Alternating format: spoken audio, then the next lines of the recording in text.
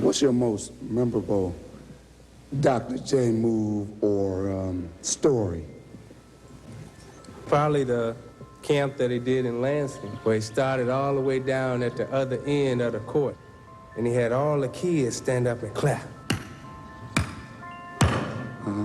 And I ain't lying, I swear to God, that man jumped. It looked like to me from about the top of the key, and he was just in the air. And then it just looked like he just stopped. And he said, come on. You in the air now.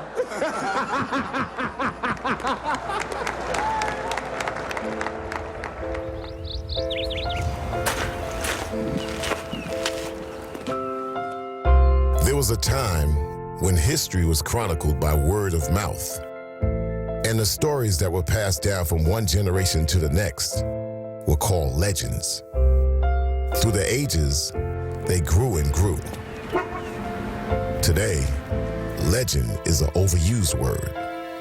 And in the world we live in, where history is recorded in every way you could imagine, they can't really exist anyway. But if you look hard enough, you could still find them out there. Maybe the very last of their kind. So there's a rumor out there that you can still dunk. Who's spreading the rumor? Me? Unless you have the ticket stub to prove it, you probably never saw Julius Erving when he changed the game of basketball. You had to rely on someone else to tell you just how great Dr. J was. The legend's incredible. The real story is even better. He was Michael Jordan before there was a Michael Jordan. I think I do try to emulate him. Everybody wanted to be like the doctor. Who's your favorite basketball player? Dr. J. Dr. J could do things in today's game guys cannot do. Hey, doctor, he's got it! The legend preceded him wherever he went.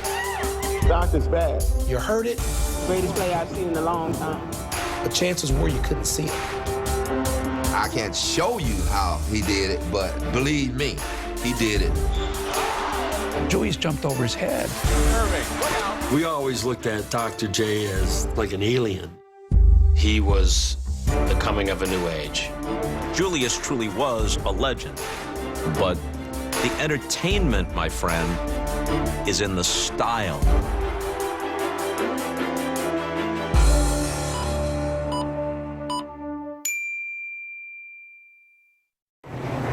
Who are you? Are you someone important that we should know about? I used to play professional basketball. Oh, did you? Well, you are pretty tall. Yeah. It's not really I'm actually leaning right now. I was helping him. I had to do that. Played for the Nets when they were in Long Island, and 76ers, and a defunct team called the Virginia Squires. His name's Julius Erving. Julius Erving? That's you? It's not you. Are you Julius Erving, really? Are you really? Well, it's not Julius Erving, really. It's just Julius Erving. Yes. Really? Yeah. Really? I haven't even heard of you. How are you? It has been a long time since coming back. Still home. Long Island's always going to be my home. This is Campbell Park right here, under the water tower, Campbell Park.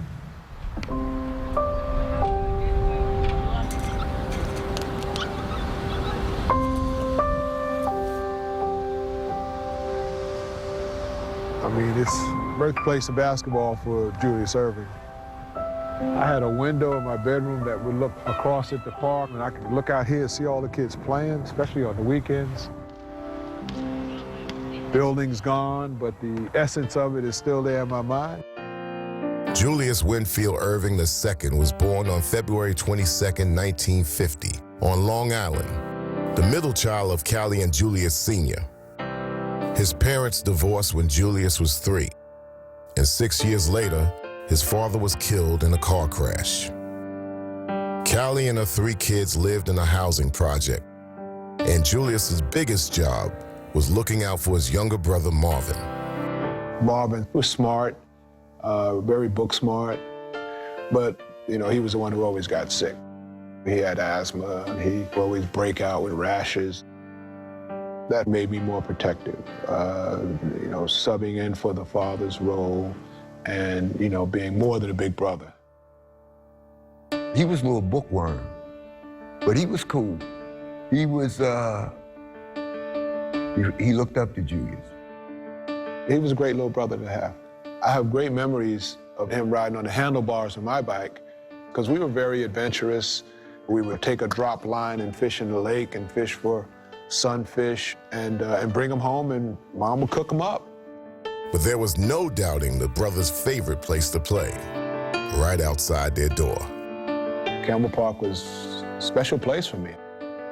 We probably went there every day. I mean, even when it snowed or rained, if it snowed, you shovel snow and you play basketball. But apparently one morning was just too cold for Julius and his friend Archie. So they got on their bikes to find a place they could play inside. I was practicing with the basketball team back in 1962. Somebody came in and said, "Down there are two young men that would like to speak to you." So I went outside. It was Julius Erving and Archie Rogers. They were both age 12. And they asked me if they could play basketball here at the Salvation Army. And at the time, this area was all white. Nobody on the team but me and Julius was African American. But we were children, and we didn't feel the racism. Archie and I, 2 black kids and 10 white kids, and we became a team. When Julius was 13, his mom moved the family into a house. He played ball at Roosevelt High School, and thanks to his best friend on the team, he'd gained something that would stay with him the rest of his life. On the court, I made a point to know all the rules. And so, you know, you walked, I was ready to make a call. If your ball went out off his leg, he'd always make an excuse. You know, you push me, you grab me, you hold on my jersey. I mean, he was like a professor, you know, weighing you down in the lecture hall. So I started calling him Professor. So I said, well, what do you know? I mean, you're here arguing with me. I mean, what are you, like the doctor? And every time we would see each other, you know, I'd look up to him and I'd say, "Doctor, Professor," and it was just an inside joke. In those days, everyone else called him Jewel on the court, where he wasn't much more than a good player who went out of his way to blend in. I remember one time, it was a fast break, and he was in the front of the break, and he stopped to pull up to wait for the rest of us to get down court. And Coach just got up and screamed at him, "What are you doing? Bust him!" By his senior year, Julius was only 6'3". He'd become one of his team's best players, but drew little college interest. Only one scout even bothered to see him play. Here's Julius after I saw him play, and I rated him a 4, which isn't bad, you know. But don't forget, now I'm rating him here as a 6'3.5" forward guard. That's not a bad rating because he had no rating. No one thought he was going to be that good. No one knew he was alive as a player. But at the playground, Julius was a whole different player. Everything always went well at the park, especially if you would do things that were a little different than the things that the other kids were doing. I had a lot of tricky stuff around the basket, putting it up left-handed, right-handed, jumping over people. And one afternoon on the blacktop, the secret of Julius Erving got out for the first time. He didn't know that I was there. And Julius is coming out on a fast break, and he was at the foul line. And Julius goes up in the air. I closed my eyes because I thought he wasn't going to be able to go that far in the air. But he just glided.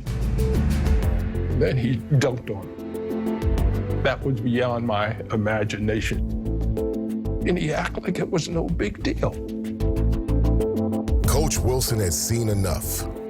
He made a call to an old friend who just so happened to be the head coach at the University of Massachusetts. And by the next fall at UMass, others had begun to marvel at the freshman who seemed like he could fly. A lot of the kids got a chance to start watching him, and they saw what I saw. Julius was a 6'3" jumper that jumped like he was 7 foot. That was the buzz that went around the school. I had a frequent caller who bombarded me with propaganda about this freshman basketball player at the University of Massachusetts named, quote, Julie Erving. His basketball career was starting to take off, while his connection with his family stayed strong. That February, Marvin came up on my birthday. We spent time on campus, in the dorm, and he was complaining about pain in his joints and had a rash. They go home, and he's in the hospital. You know, the doctors were running tests. My mindset is, they're gonna get to the bottom of it, it's gonna be treatable, and then he'll be all right.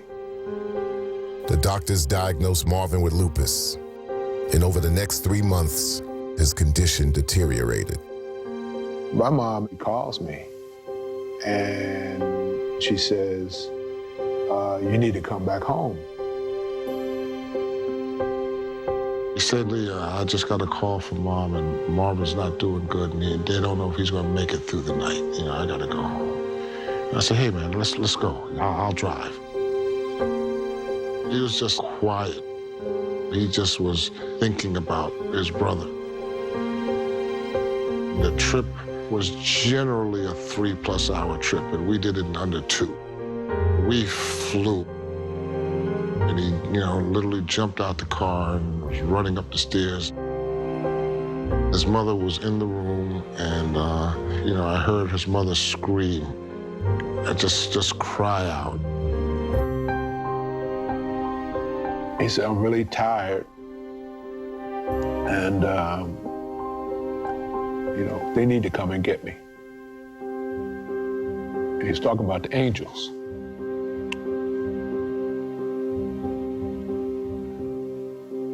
And that was the last thing he said to me.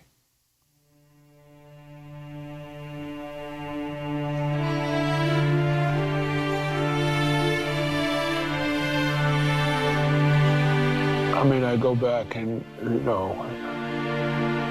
everybody's there at the house. And I just go to our room because I got to be by myself. The things we had done, those journeys to the park, bicycle rides, all of those things were not going to happen again. And the finality of that, it's overwhelming. It just seems so unfair.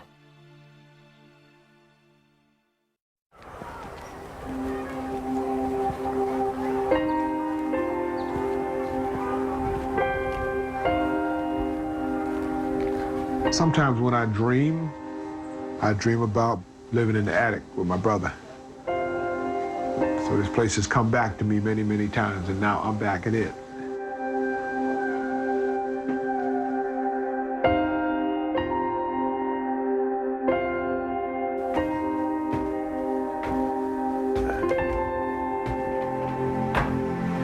In this bedroom with Marvin, we spent a lot of time planning for the future, but he's always going to be 16, Man plans and God laughs.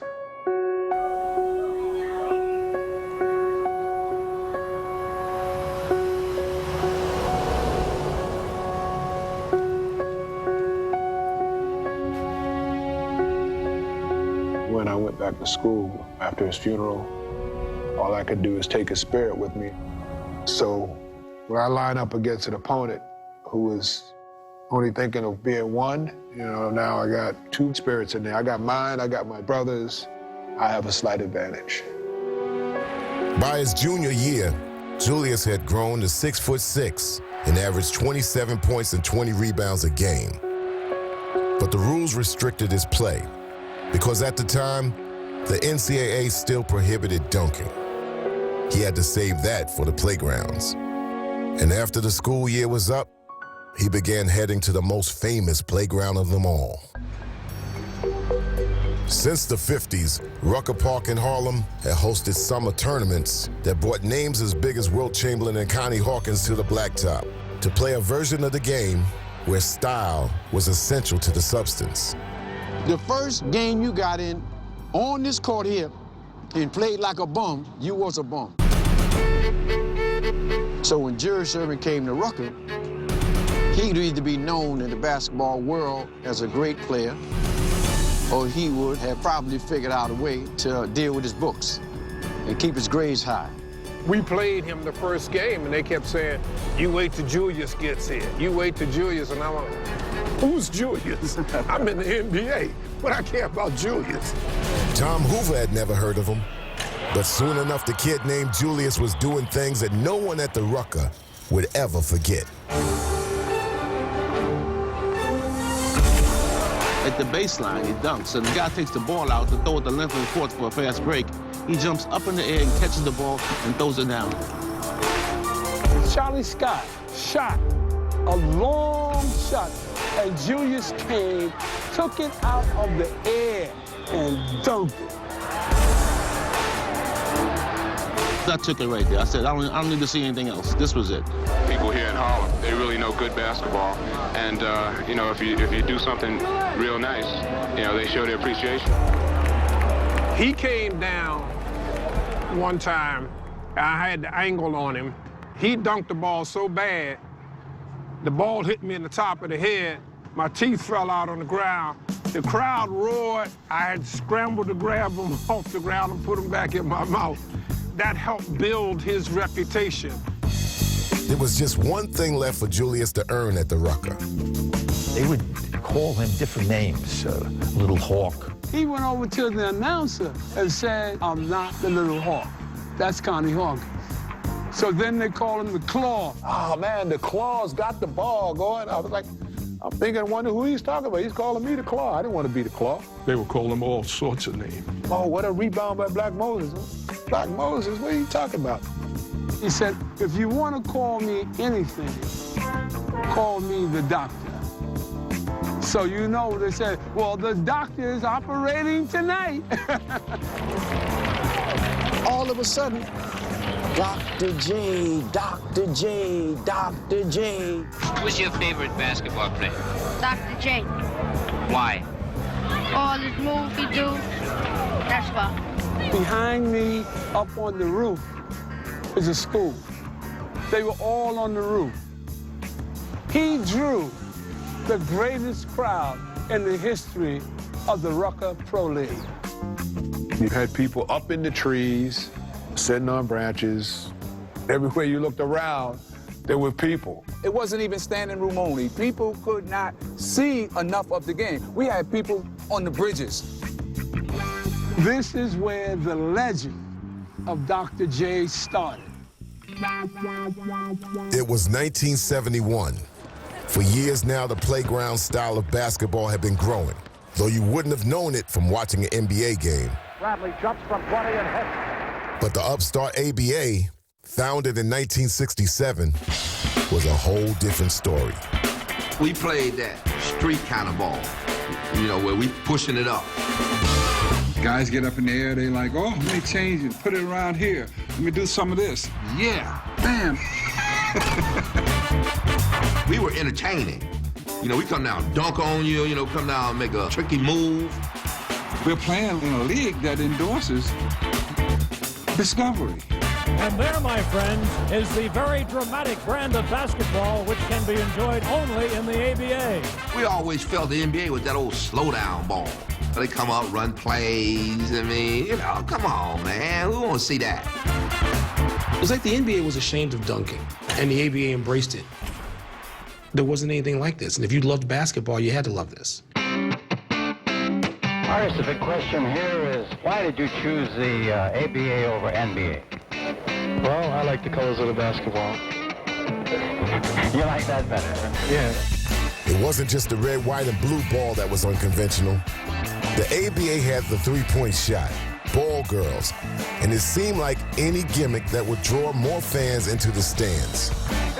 And maybe the boldest idea of all was how the league attracted players away from its older rival by doing one thing the NBA wouldn't: sign college underclassmen and high school players. The ABA would take anybody. If you were an 8th grader and they thought you could play, they'd sign you up. Which led a desperate owner and a desperate league to zero in on the junior from the University of Massachusetts who had torn up the Rucker League. I was in New York for an ABA meeting, and they mentioned the fact that there was this player up in New England that was so spectacular, Julius Erving, and I'd never heard of him. And they proceeded to extol all the virtues of how great he'd be in professional basketball. And with that conversation, I moved forward to see if I could sign him to a contract. At this time, I didn't even know who the Virginia Squires were. But my mother probably made $6,000 to $8,000 a year, and I was being offered $125,000 guaranteed for 4 years. You know, the rest was history. To most of the basketball world, Julius Erving was an athletic young prospect and nothing much more. But Dr. J had found a perfect new venue for his game.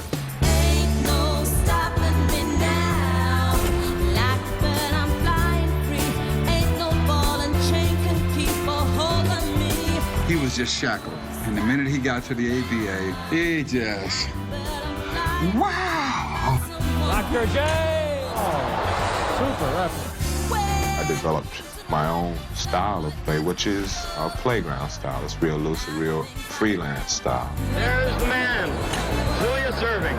I thought I knew Julius Erving as a basketball player. And then I went and watched some guy they called Dr. J. I never saw this guy before. And there is Julius Erving. Look at that move behind the back. Oh! All of a sudden, he's coming in off the foul line. He's coming in off the wings. He's dunking backward. It was like watching two different players. Even in the freewheeling ABA, Dr. J dazzled. But if you weren't in the building to witness it, you probably didn't see him in action. You'd hear that, this guy playing for some team in Virginia, the Squires, was flying through the air. And you're like, what? Who is he? Most of what we knew about him came from game stories, box scores, maybe a tiny film clip of a given play, and word of mouth. The games just were not televised. My brother was in the Navy in Virginia, and he kept telling me, this kid Erving, man, he's a bad boy. I kept getting newspapers sent to me about this great kid named Julius Erving, who was scoring 28, 29 points a game, and I thought to myself, Julius Erving, finally a great Jewish basketball player. You're hearing these reports, this spectacular, swooping, out of nowhere guy that is just doing things that have never been seen before. Even the NBA was taking notice and coming hard after him to make the switch, something the ABA couldn't afford to let happen. So after 2 years in Virginia, Squires owner Earl Foreman knew what he had to do. I was as much concerned with his playing for the ABA almost as I was with his playing for the Squires. And I contacted the owner of the Nets and worked out an arrangement. In 1973, Foreman sold the league's leading scorer to the New York Nets. I was in Ocean City, Maryland. I got a call and I said, God, I got to go back to New York now, just on vacation with my kids and family. And they said, well, I said, what's going on? Well, we just got Dr. J. I said, I'll be there in 10 minutes. The ABA's biggest star was headed to its biggest stage. Julius Erving was going home to Long Island. New York has always been my home, and I'm very pleased and happy that I'll be able to play out my career here. This is New York, Long Island's Nassau Coliseum, home of the Nets. It's past the buck night here, a $5.50 ticket for only $1. It's also bread night, a free loaf of bread for every fan. But there are only 9,300 fans who pass the buck here. 9,300 fans to see the second place Nets. 9,300 fans, $9,300 to see the fabulous Julius Erving, the great Dr. J. coming back to Long Island, life could not have been better. I mean, it was such great anticipation. And coming to play basketball in the place where I was born and raised. This building was brand spanking new. I mean, the identity of the Nets now is Brooklyn. But, you know, my time here and my era here, I think was very, very special.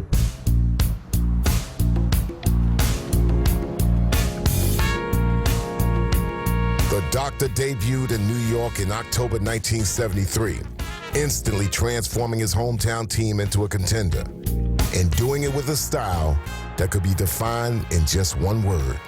Cool. Dr. J was the epitome of cool. If you look up the definition of cool in the 1970s, it says C. Julius Erving. And it starts with the afro. It'd be up there so high. That fro used to, you know, kind of like fly in the back. Dr. J wasn't just the coolest man in the building, he was the coolest man in the area code, in the state, in the time zone, in the country. The thing that was so cool about Doc was the size of his hands. His hands are so big that when he holds a ball, it's like him holding a tennis ball. If you went up and tried to block it, I mean, he'd just move it over here and slam it down. So he could do anything with it. And when he would cradle the ball and be like this on a poster, the face sort of went with it. And if you can get the hair up like that at the same time, he was terrifyingly good. Man, I can't believe that dunk. I've never seen one like it. He became a cult figure. Everywhere we went, all they wanted to do was see Julius. If you came to see him play, you was gonna leave there shaking your head saying, man, that kid flat out play. Kevin Lockery saying, go on, Doc. I played for a coach who said, you know what? We got this game plan, and it ain't working. You need to do something. Here's the doctor. We're playing Kentucky, and Dr. J's on a fast break, and Artis Gilmore, it's a mano a mano. He's waiting for Doc. Now, Gilmore, for people that don't know, is 7'2" with a 5-foot afro. Doc flew right over him. Gilmore's there. The Doc dunks it. What a play. Whether I was bringing the ball up court or getting it off the board, I was going to determine the outcome of the game. Erving with the basketball inside the half-court line, goes up, it's a 40-footer, and In his first season playing just a few miles from where he grew up, Dr. J won the scoring title and his first MVP and carried the Nets to their first championship. Julius Erving comes back to New York, his hometown, and wins the championship. He couldn't ask for anything more. He was the king of the ABA, and life was also good off the court. It was a beautiful time. I mean, I have a wife and I have 2 sons, and I'm very happy, very excited about the prospects for the future with a woman who I adore and who I'm going to spend the rest of my life with. And basketball seemed to be taking care of itself. But while the next season brought another MVP award as the Doctor continued to soar, Look at Julius. all around him, the league was still struggling to lift its own fortunes. There was always that challenge of being the other league, not having the major television contract, not getting the notoriety. We were the NBA. We had the greatest franchises. We had the greatest players. The ABA was good basketball. It was fun basketball, but it wasn't the NBA. The war between the leagues was now nearly a decade old, and the ABA was losing. By 1975, the American Basketball Association was a little bit like the Titanic after it hit the iceberg, kind of listing to the left and taking on water. There was a race. One that had the fastest car was probably going to get their checks cashed first. As soon as they gave you a check, you rushed to the bank to make sure that the check was clear. We played at Utah one night, and we got to go to San Diego to play the next night, and all of a sudden, we can't go because San Diego folded. The ABA needs a profitable network television contract. It can't get that as the league now exists without merging with the NBA. So that means the alternatives for this league is consolidation or collapse. It sometimes seemed like the only thing breathing life into the ABA was his signature star, No matter how tired he was, he always had time for any reporter, anybody that wanted part of his time, he had time for them. He understood and felt the obligation that he had to try to help keep this league afloat. And nothing the doctor did will be more memorable than All-Star Weekend in 1976, when the ABA dreamed up another gimmick perfectly suited for his gifts. Good evening, everyone. This huge, record-breaking crowd here at McNichols Arena, about to bear witness to one of the most spectacular events in professional basketball, the Slam Dunk Contest. The field included the highest flyers in the league. But even they knew there was only one guy to watch. For the New York Nets, the fabulous Dr. J. Julius Erving. I was going up against Doc. I ain't have a chance. I knew I ain't have a chance. And now the doctor goes to work. Unbelievable. With each dunk that night, the show got better and better. And the greatest of them all would become a piece of basketball lore. Dr. J measured off from the foul line, then went back to midcourt. I didn't know what he was going to do, to be honest with you. He took off running with those short shorts, and his afro was blowing in the wind. Just before the free throw line, he takes off, and bam! And that sends everyone reeling. Julius Erving. Before that, no one had seen that. First came the stunned silence, the gasp of disbelief, and then the roar of approval. And the winner, Julius Erving. It was bigger than I think what anybody thought it was going to be.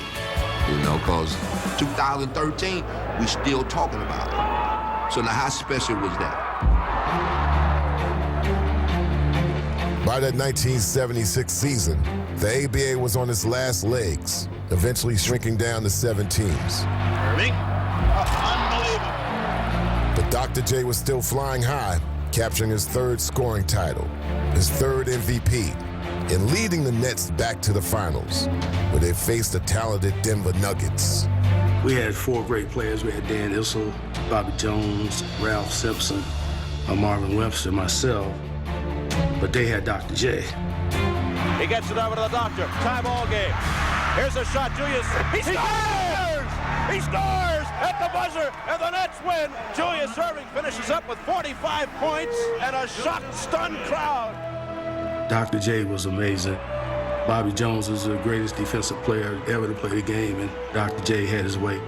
There is Julius Erving, and he has been the take charge guy.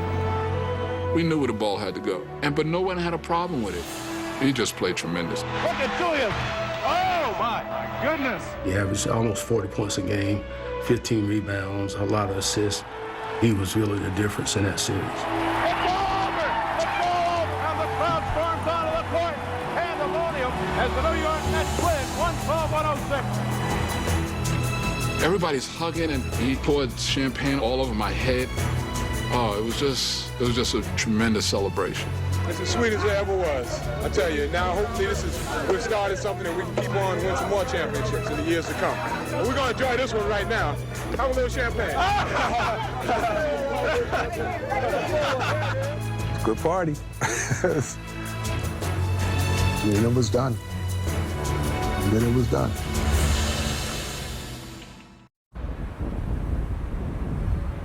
Let me say good morning to everybody. How are you doing? I'm Julius Erving. Haven't been in this building in a long time, but it's kind of nice to be here. In the summer of 1976, pro basketball's 2 leagues at long last came together, with the NBA absorbing 4 ABA franchises, including the New York Nets. But in a cruel twist, Nets owner Roy Bowe owed his new league millions of dollars in entrance fees and couldn't afford to keep the superstar who had kept his team and his league alive for so long. I kept telling Roy Bowe, you can't do this. I mean, we're never going to be able to replace this guy. It's like selling Babe Ruth to the Yankees. I called Billy Melchioni, and I did ask him, is Julius Erving available? And Billy said no. 2 weeks later, Billy called back, and he said, Julius Erving is available. I immediately called our new owner, F. Eugene Dixon, and he said, "Tell me, Pat, who is Julius Erving?" I said, "Well, let me just describe him as the Babe Ruth of basketball." Julius, I welcome him with open arms to the Philadelphia Seniors. Thank you very much. My pleasure to be here. Great to have you with us. The doctor had finally arrived in the NBA, but by now, all of pro basketball had seen better days. In '76, we needed help. The two leagues had battered each other to pieces, and the league was not healthy. After the epic Celtic dynasty of the 60s and transcendent stars and teams of the early 70s, basketball had seemed poised for a golden age. But instead, the perception of the sport had changed dramatically. The league was viewed as having too many African Americans, being at the heart of drug issues, players being overpaid.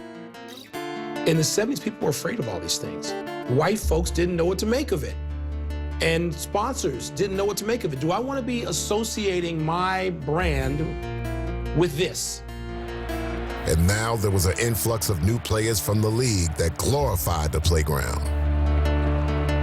Letting in the sideshow of the ABA. Our business may have been bad, but the stubborn fans of the NBA said, well, we don't need those guys because they're not playing a real brand of basketball. But there was an undeniable curiosity about the biggest star of all making his debut. I want to see Julius Erving more than I'd ever wanted to see any athlete in my life, because you'd heard so much, and he was supposed to be so different. I think everybody was saying, show us. Show us. How good are you really? From UMass to Rucker Park, Virginia to Long Island, the exploits of Dr. J had long been a tall tale more than anything else. And now, in Philadelphia, he was about to prove that the hype was real. Look at Julius Erving. Watch this. There. The doctor. Oh, brother. Where'd this guy come from? Look at what he does out on the court. My God, there was nobody like him. That's incredible. Doctor's bad. Doctor is cold-blooded. He worked a cold-blooded operation. Julius was like that bird coming in on the wing, swooping in, dunking on people. It was just something to see. The doctor with his magic show. When you finally got to see this guy play, it felt like someone was giving you a gift. And Julius swoops to the middle. Oh my gosh. Did he just do that? Really, did he just do that? House call. Erving with the jump shot. I'm guarding him, and we were in Philadelphia at the time. Here's the doctor. Everybody up in the spectrum. All of a sudden, I see 18,000 people start to rise to their feet, and I'm thinking like, oh, something bad is about to happen here. Can go for the tie now. Erving maneuvers in. Julius has got it. That is the biggest play of the game. You would go back in high school and college and tell your teammate, did you see Dr. J yesterday? You didn't even remember what the score was. Did you see the moves that he put on? Doc just picked the ball up with one hand without even touching it with the other one and windmilled this ball like his arms stretched from over here all the way like a rubber band. Boom! The crowd went crazy. I can't believe that play. Me and Darryl Dawkins over there, we knew it was basketball then. Hey, have you ever seen anyone better than him? No, I haven't. He was the first guy I ever saw with air brakes. Air brakes. He was going to the basket straight, and all of a sudden, he said, "Rrr!" and started going sideways. How did he do that? I was like, somewhat like a girl. Oh! Never saw that before. The NBA had never seen a player like Dr. J or a team like the 76ers, whose supporting cast included George McGinnis, Doug Collins, and a brash pair of youngsters. And they all played like stars. There will be 3 who never met a shot he didn't like. And here I am. If you give it to me, I'm shooting it. When our team, first guy got it, shot it. We play street ball. They are the Philadelphia 76ers, the greatest collection of individual talent ever assembled on one basketball team. And it would be the most talented player of all who changed his game for the good of the group. Pat Williams, who was the GM, clearly said, look, we're going to be a better team. We don't need a guy to score 30 every night. We don't need a guy to dominate every night. We got stars on our team, and I accepted that. So many people ask, when will the real Dr. J show? So it doesn't bother you the 2 guys you beat out in scoring in the ABA, Gervin and Thompson, have now passed you in the NBA. Well, scoring is an individual statistic, and I think the objectives of the team are the things that have to be paramount and have to come first. He didn't want to rock the boat. He was too nice a man to say, hey, I'm Dr. J, you know? But it worked. As the Sixers made it to the NBA Finals to play their polar opposites, the Portland Trail Blazers. We represented the team game, making the other people better. The 1977 finals were almost a morality play in the eyes of a lot of people. This was the basketball world, the old world, taking a stand against these invaders and protecting the women and children from these crazy people. And as the series began, it was best to hide the women and children. Goes to McInnes, quickly to the doctor. The doctor reemerged as if to show the basketball world who its best player was once and for all. Irving to the basket.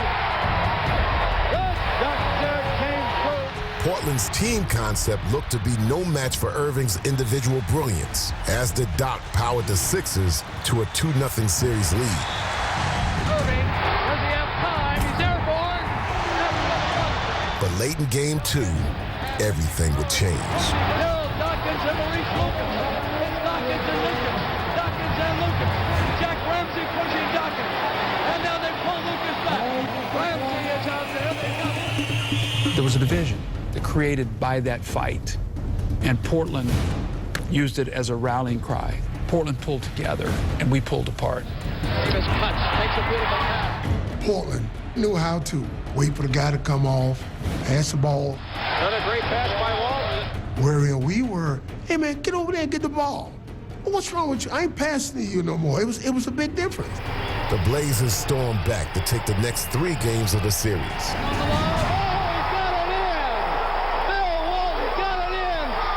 Sequence for the Blazers. Once again, twice at the basket. The reeling Sixers faced elimination in Game 6. And the Doc responded with a finals performance for the ages. Walton there, Irving there. They meet at the top. Well, that's just 2 great players going against one another, and Julius won that battle. Julius roaring to the basket. Julius is unbelievable. He never stopped coming at you. And there was just one moment where I thought I had him. The doctor out of there in a hurry. The doctor on the fly. The doctor with a window. He's got it. Julius Irving. With 40 points, Irving carried the Sixers all night long. But in the closing seconds, they needed a basket to tie the score. 109-107. Philadelphia with possession. We go to the huddle and guys are saying that they can beat their man. Philly coach Gene Shue would call the final play for George McInnes. Here we go, the inbound of McInnes. Drive, stop, pump, shoot, short, no good, and the game is over! The Portland Trailblazers have won the world championship. When the game comes down to the very end, how can you not get the freaking ball in his hands? When the game was over, the doc said, going over there to the other room and congratulate them guys. And I looked at Darryl like, I'm from Brooklyn. I'm like, you said you could go over there and congratulate these guys? I want to go over there and fight. And he said, yeah, we're going to go over there, and congratulate these guys. And we did. We did. Even in defeat, Irving's performance had been unforgettable. Even though the Trailblazers won that series, by the time that finals was played, Julius Erving was the star of the NBA. And for the remainder of the 70s, that star would rise higher than ever. Every time he came to town, that was the game to be at, the game where Julius Erving was playing. Playing against Dr. J was Woodstock. Gonna tell you the story about Dr. J. He's taking his team all the way. He leads them through the NBA's. You know, when a phenomenon happens, a phenomenon happens.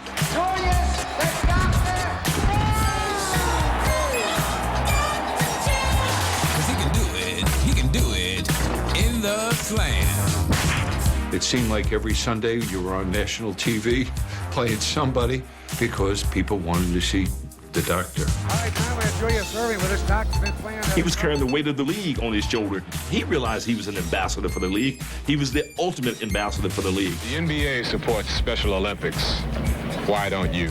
He was so senatorial. He was so gracious. There was nobody like the man known as Dr. J.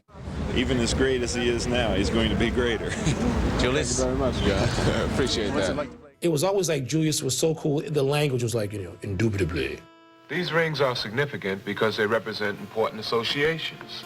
I remember I was so happy as a young black man who cared about language and presentation and image that Julius Erving sounded the way he sounded. Hey, hey, Dr. J, where'd you get those moves? You move with such grace. Are you a member of the human race? Major corporations decided that they wanted this guy to endorse their product. The idea that a black guy would be the face of a national brand, that was really radical. After years of underground stardom, Dr. J's popularity had exploded with a universal appeal that was unprecedented. I remember a lady saying, I would want my kids to grow up and be like the doc. And these were white people. They were, Doc blacker than me. You know what I mean? These were white people. They were like, I want my kids to grow up and be like this man. And I was like, wow, man, that's some serious stuff right there.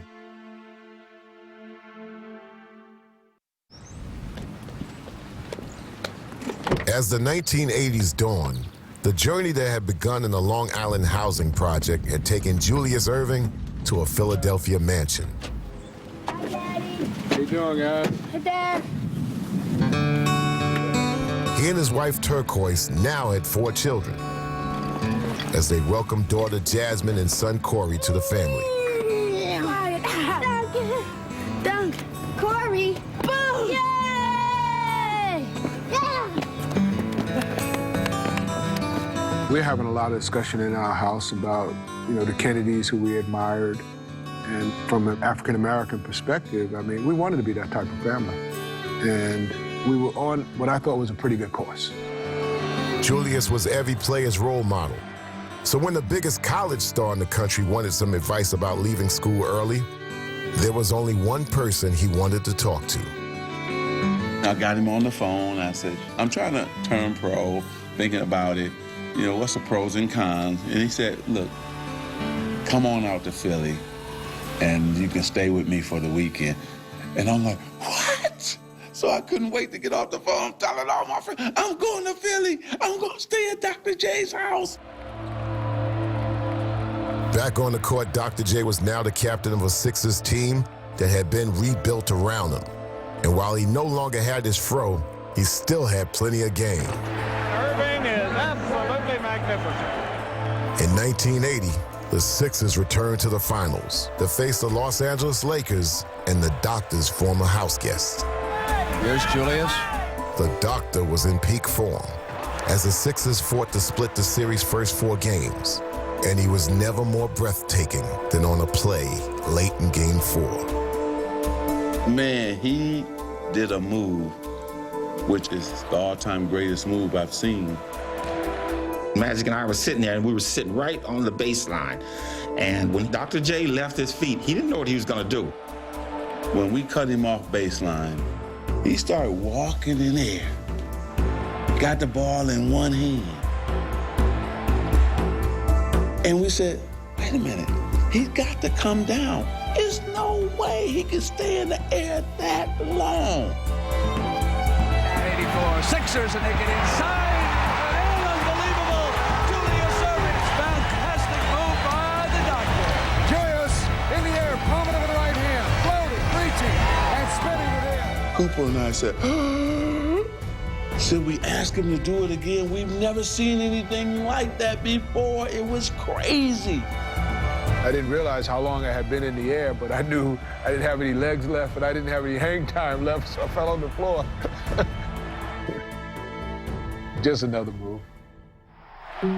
Julius had again left a mark like none other. But a few nights later, back in Philadelphia, it was Magic who upstaged the doctor in the Game 6 clincher. The most valuable player is Magic Johnson. He starts at center, plays forward and guard. Magic played every position, and they won a road game in Philadelphia that broke our hearts. From the time Julius arrived in Philadelphia, any year we didn't win a title was a failure. 1980 had marked the 4th season with Julius, and without a championship. How many more IOUs are out there? We owed you 1, we owed you 2. When the hell are they going to win something here? In 1981, Doc would be the league's MVP, but come up short again in the playoffs. This time to Larry Bird and the Celtics. The one thing that eluded Julius was winning a championship in the NBA. And here he was, now taking a back seat to Magic Johnson out in Los Angeles and Larry Bird up in Boston. So many would say, well, you won in the ABA. What does that mean? That doesn't mean anything. That was a minor league. You got to win over here.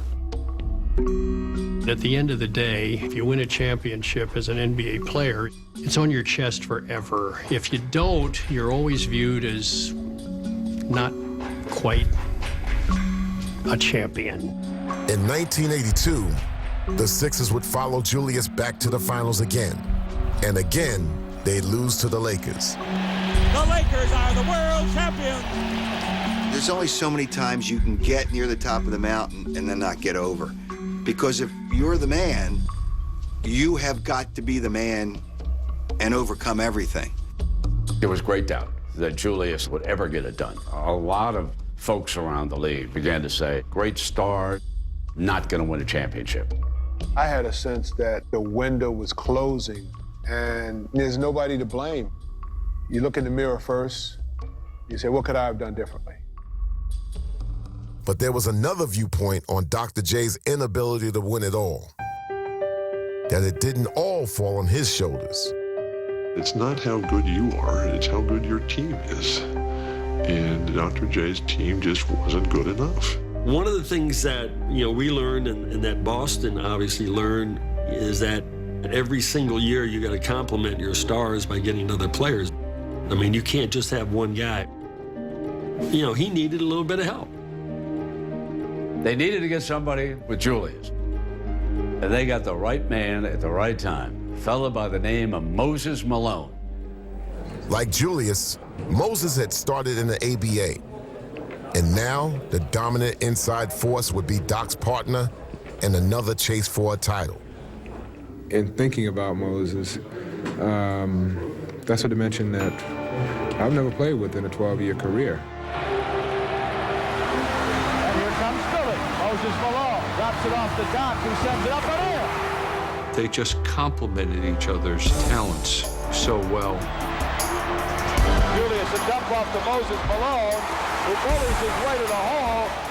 In the 1982-83 season, the Sixers would have far and away the league's best record. Doc goes up and jams it again. If they won by 25, it was a bad night, and just crushing teams. And while Moses Malone ended up as Philly's top scorer, Dr. J still led the team in highlights. And none would be more memorable than a late season breakaway against LA. I was there when he had that famous dunk against the Lakers. Literally stole the ball right in front of me. It's going to be stolen by the doctor. Yes, he's got it. Here he comes. Ray rocks the baby to sleep and slam dunk.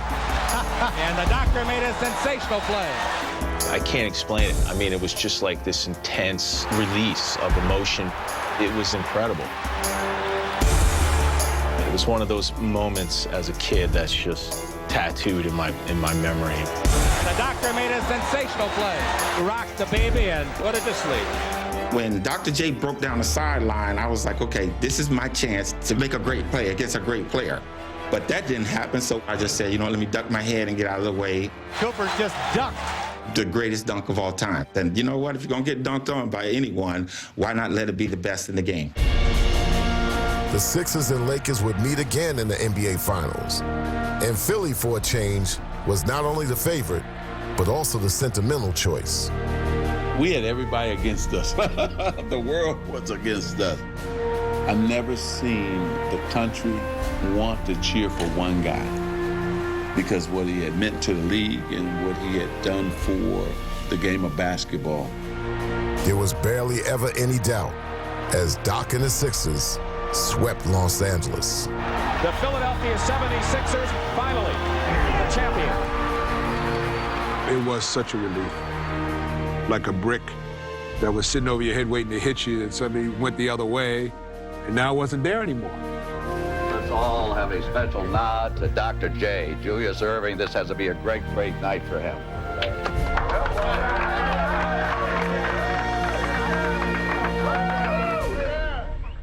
I saw like the jubilation on his face, just like relief. Just, we did it. We finally did it. You deserve it. Even though we would have loved to beat him again, you know, we would have loved to keep him in that pain. No doubt. Clean all those skeletons out of there. Yeah. But you give those who really deserve it their just due when it's time. There you go, Bill.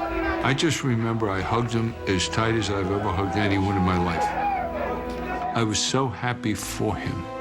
Stay close together, Doc. Because if there was ever a player that deserved to have that one little piece that he was missing for his legacy, he had it now.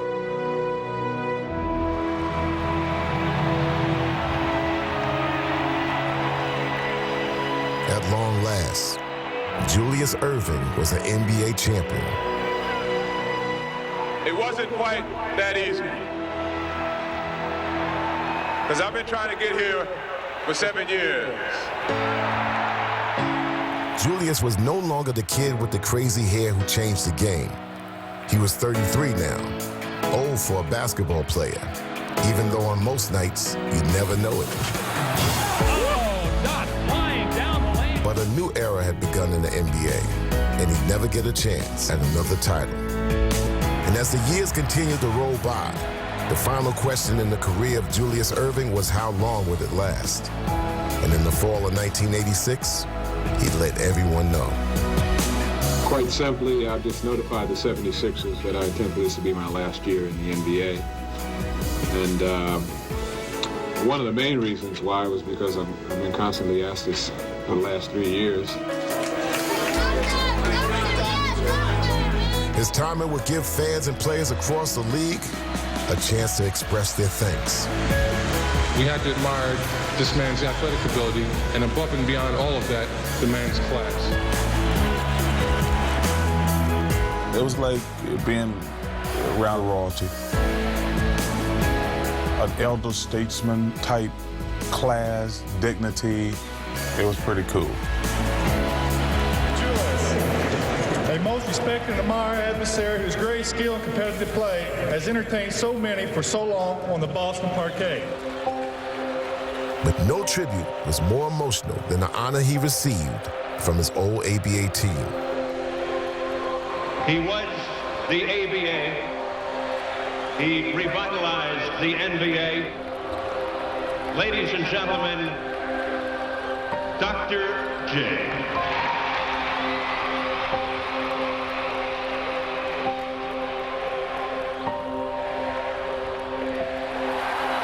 It's it for Julius Erving.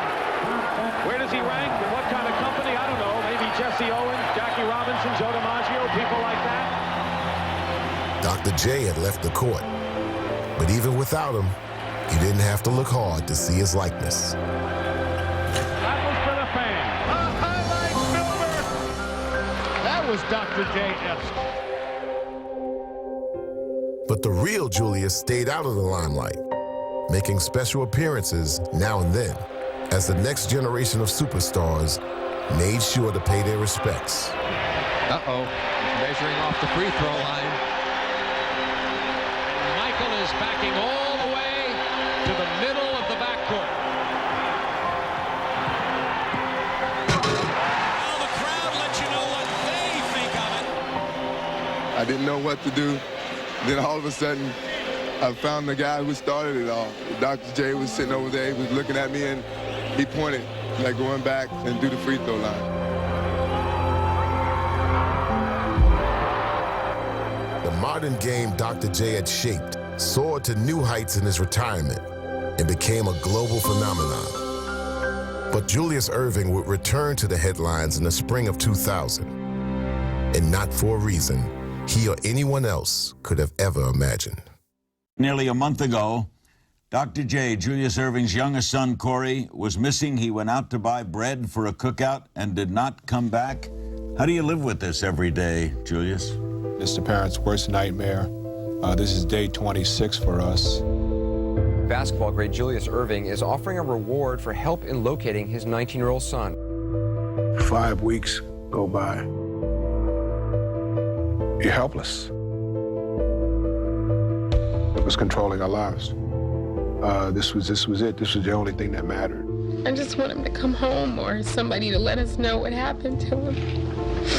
And we're holding on and hoping that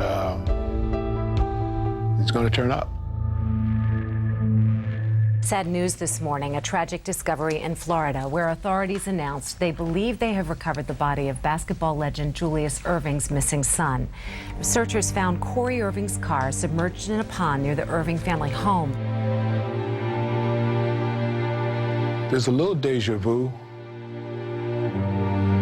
I lost my brother when I was 19. Now Corey was 19. Detectives say they believe the son of basketball legend Julius Erving simply took a fatal turn on his way home. It's like your guts are being ripped out. There's an emptiness.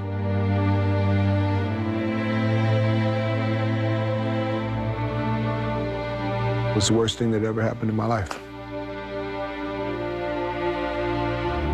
The toll on our family was insurmountable. Everybody dealt with it differently. And I think the way that my dad deals with most things in his life is the way that he dealt with my brother passing, in that you gotta pick yourself up, dust yourself off, and carry on with life. And my mom wasn't prepared to do that. It became very, very difficult for us to relate to one another after that fact, and it wasn't a long period of time before we went our separate ways.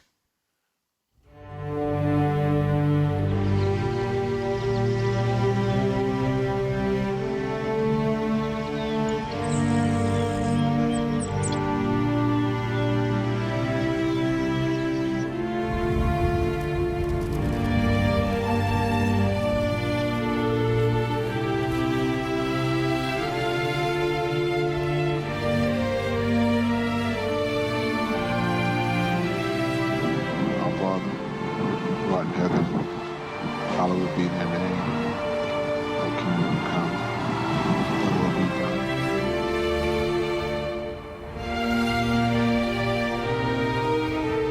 done. I'm amazed when I see people 40 and 50. They haven't lost anybody. Obviously, I can't relate to that, but I might not be as strong an individual as I am and have had the ability to endure the hard times without those tragedies having happened.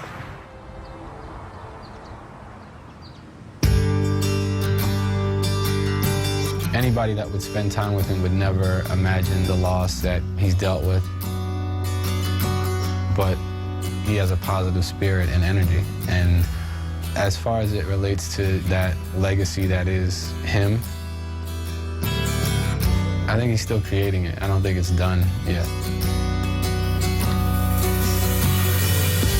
There's something called essence. And essence, I think, is, how you want people to feel about you. It's not that important that the whole world knows who I am and knows what I did. That's not how I function. To me, I like to keep the carrot out in front of me. I like to think that the best day of my life, the best time of my life is yet to come. He glances in the mirror and looks forward. Everyone else sees him and looks back. It's just one more contrast in the life of Julius Erving. Just one more complication of the impact of Dr. J, the singular performer and consummate teammate, the coolest superstar who ever lived, the father and brother forever grappling with loss, the pioneer who could get lost in history, the icon who so many still hold on to. The way in which commentators and journalists talked about this guy, Dr. J, was so much reverence. I'm like, I want to be Dr. B. I was a kid, but I don't know that I'd be Dr. Boyd today were it not for Dr. J. You rock the baby and put it to sleep. Your hero is someone who inspires you. I look at that dunk. My wife thinks I'm crazy because I start to get a little teary-eyed. She's like, you're crazy. I go, this is what has helped me, achieve what I've achieved, growing up in Philly and watching the great Dr. J. Everyone's got highlights. But after all of these years, you still go, wow. Who could have told that he would become one of the greatest players and people to ever step onto a basketball court? And will always be, no matter who comes behind him. That man is universally loved. This magnificent performer who had the ultimate gift. He made people happy. He helped young players like Larry and I understand that we had to be more than just a basketball player. When greatness meets class, that's what God created in Dr. J.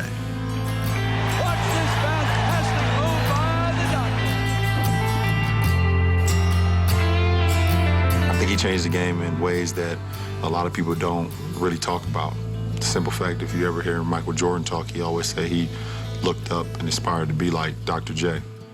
So if there's no Dr. J, then, Mike would have never had someone to look up to. And if there was no Mike, then, it's guys like myself who looked up to Mike.